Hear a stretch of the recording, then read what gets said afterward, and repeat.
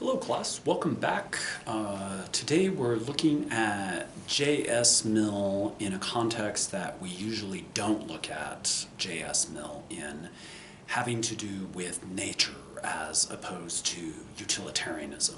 Because usually when we're studying J.S. Mill, we're looking at him in the context of utilitarianism, yet this time we're looking at how it is that he's understanding nature. So J.S. Mill was born in 1808 and dies in 1873. And we're looking at a work of his titled On Nature. And so On Nature was published in 1874. And it's one of the first of three essays in a book titled Nature, the Utility of Religion and Theism. And from 1874. And so, as we know, Mill was an empiricist, and he was also an ethical philosopher, notably following his father James Mill and his father's colleague Jeremy Bentham, with the development of classical utilitarianism. So in other words, when we're thinking of utilitarianism, two names come up, Jeremy Bentham and J.S. Mill. And so Mill is likewise thought of as following and developing classical utilitarianism beyond Jeremy Bentham's concept of it. And so we often recognize John Locke in this role as, and we are correct to do so as well, in terms of understanding the way in which we're looking at liberalism or classical liberalism. So the development of classical liberalism has to do with the way in which we're understanding John Locke and also J.S. Mill. And so we get a taste of his brand of classical liberalism to be held in his statement from his book on liberty, quote, "The only purpose for which power can be rightfully exercised over any other member of a civilized community against his will is to prevent harm to others," unquote. And so, in other words, we have a basic responsibility to others, yet from a classical liberal standpoint, beyond this obligation to others, we are strictly responsible for ourselves. And so you could see how it is that we're looking at the importance of personal freedom there.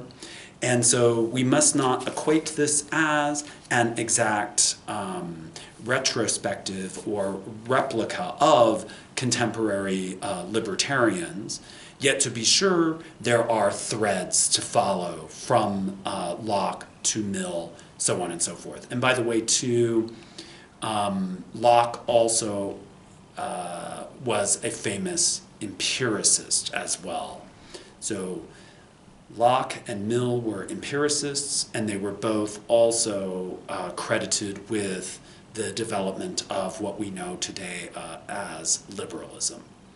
And so J.S. Mill opens the essay with the idea that our understanding of what is meant by nature is subject to great confusion, and I agree. Such confusion is what leads us to the ethical problems we have understanding our environments, and how it is that we fit nature, and yet how it is that we fit into nature, and how we remain locked into thinking ourselves as apart from nature, as standing away from nature or foreign to nature. So in other words, sometimes in my environmental ethics classes, I'll ask people at the opening of the semester to define nature, and one of the characteristic ways in which we think about that is to see ourselves as other than nature. And so Mill posits that it's too bad Plato didn't write a dialogue on the very question, what is nature? So in a Platonic way, according to Mill, we'll see nature as, quote, the things nature is the things of nature in the totality of its properties. So in other words, the way in which we're understanding the things within nature and the totality of the properties that constitute nature as well. And so a universal form is held in the particular object.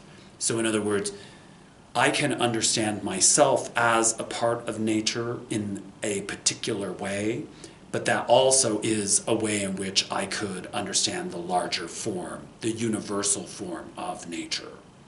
Also including that which is natural as a way things act, or the way in which we see objects of nature in relation to an inquiry into ideas about sentience, feeling qualities, to the natural things of nature.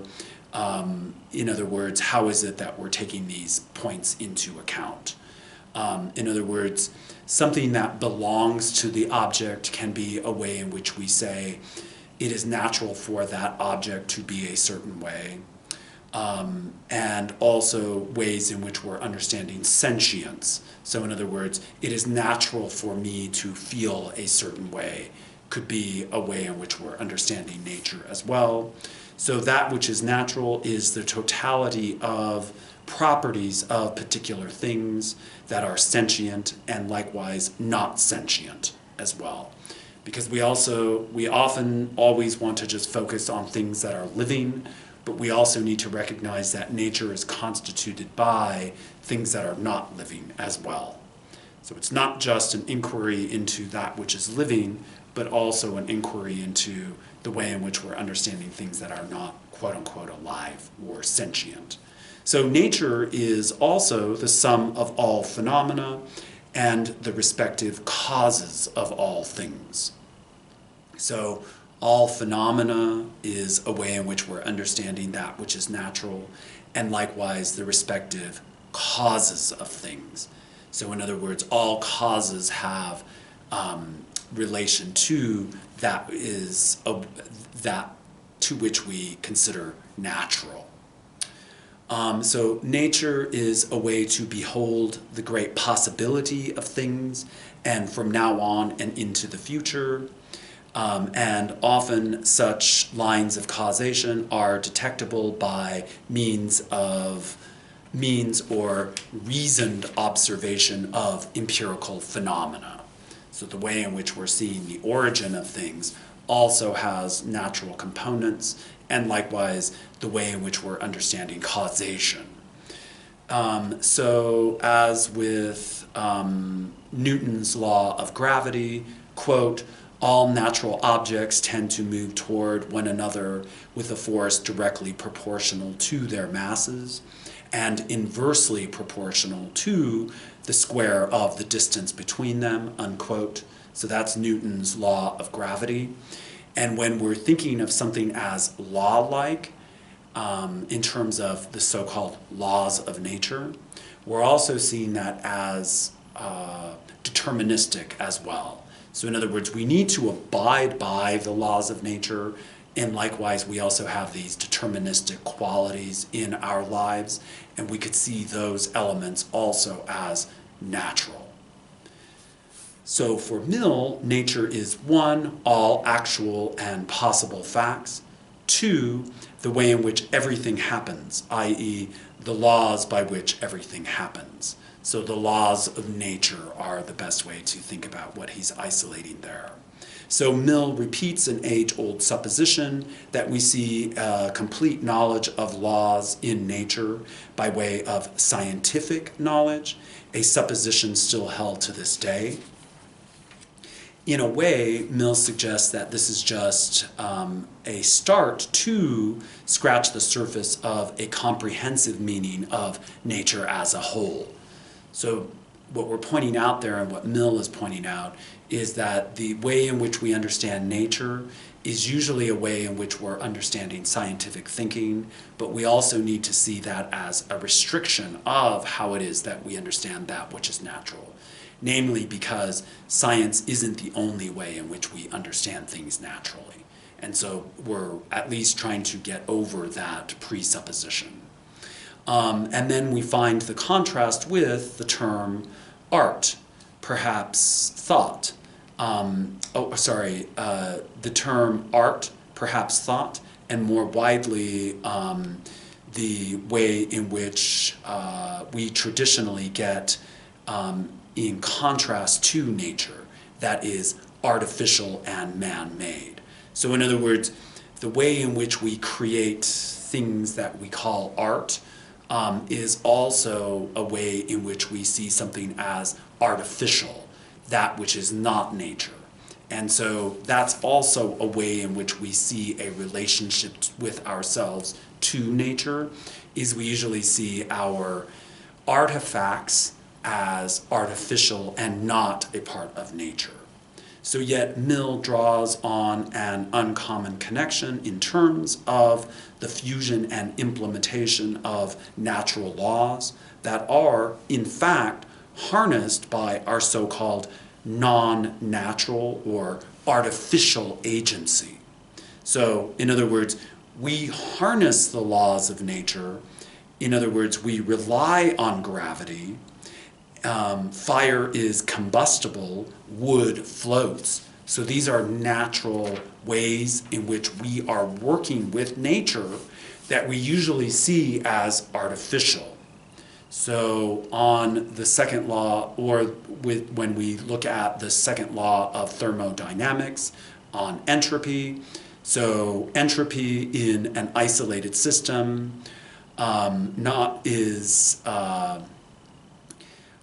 in equilibrium, entropy in an isolated system, not in equilibrium, tends to increase. So a system that is not in equilibrium, we see entropy as increasing. And so this is often misinterpreted as a tending toward chaos, yet recall that even as entropy increases, it is also increasing its state of entropic equilibrium. So, in other words, there's a way in which we're understanding equilibrium there in terms of entropy, and misunderstanding the way in which we think of entropy as a tending toward chaos. So, in other words, this is less about chaos and more about a dispersal of energy following certain patterns of exchange and dissipation of energy by way of entropy. And also, too, what's implied here is that this also is a way in which we're understanding nature. And to consider that, we also need to remember that one of the ways in which we got a closer look at how it is that we're understanding entropy was through the development of steam engines. So in other words, something that we think of as artificial is a way in which we are working to harness natural laws of nature. And so we're reminded that Mill was alive during the Industrial Revolution, and that the development of heat engines was also taking part during Mill's lifetime. And so the second law of thermodynamics suddenly was an odd corollary with the dispersal of energy and the dispersal of happiness with his moral theory. So, in other words, the way in which we're understanding a harnessing of energy could also have a corollary in terms of the way in which we wish to harness happiness for the most amount of people. So, back to the essay on nature, we also know that for Mill, nature is that which means all powers existing either in or in relation to the inner world. So contrasted with that which happens without the agency of man. So in other words, our own way that we understand ourselves is as a product of nature.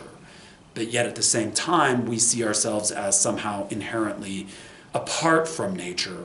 But this is what Mill is trying to get us to see, is that we really are a part of nature.